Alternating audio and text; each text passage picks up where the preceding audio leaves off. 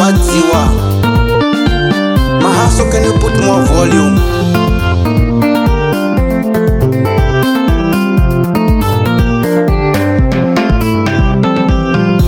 Ndinenge tichikuonai pamunenge makabudisa zino muchitiudza kuti munotida muchinyepa.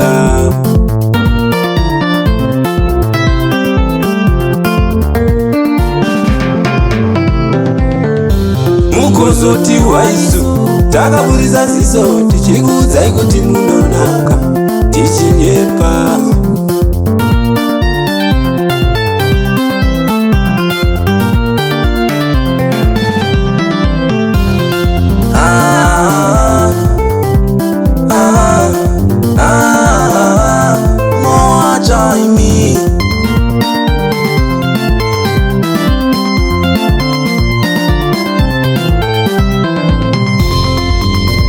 Nyepedzera kukuda vaona mari, kuda kusekerera vaona mari.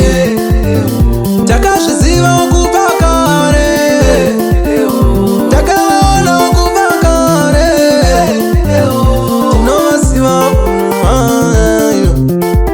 Munotozotanga kuti varume imba, asi mukada kuzvigarisa ndimi matanga nazvo.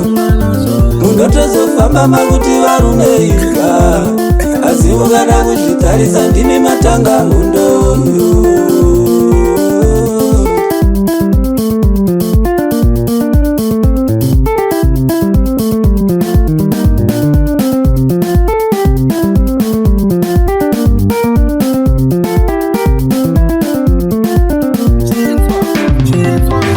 Musazoshora varume venyu, handiti ndimi matanga nazvo.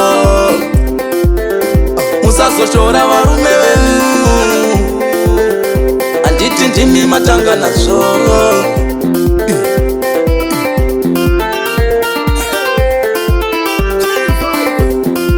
Chivangwarira iwe, usazopaizwa ngesiso ravo.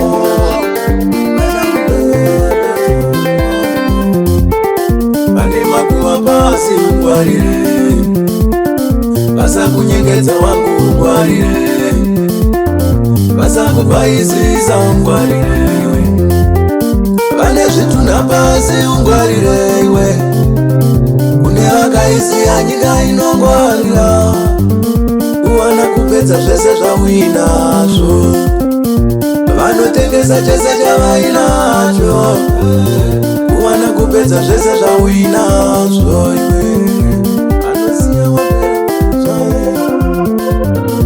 Mumwe wangu iwe, usazochema mama.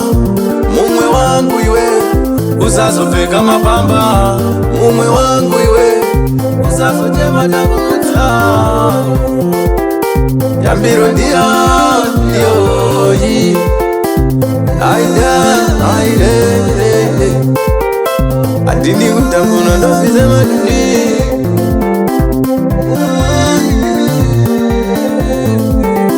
Usazofa wakatarisa sede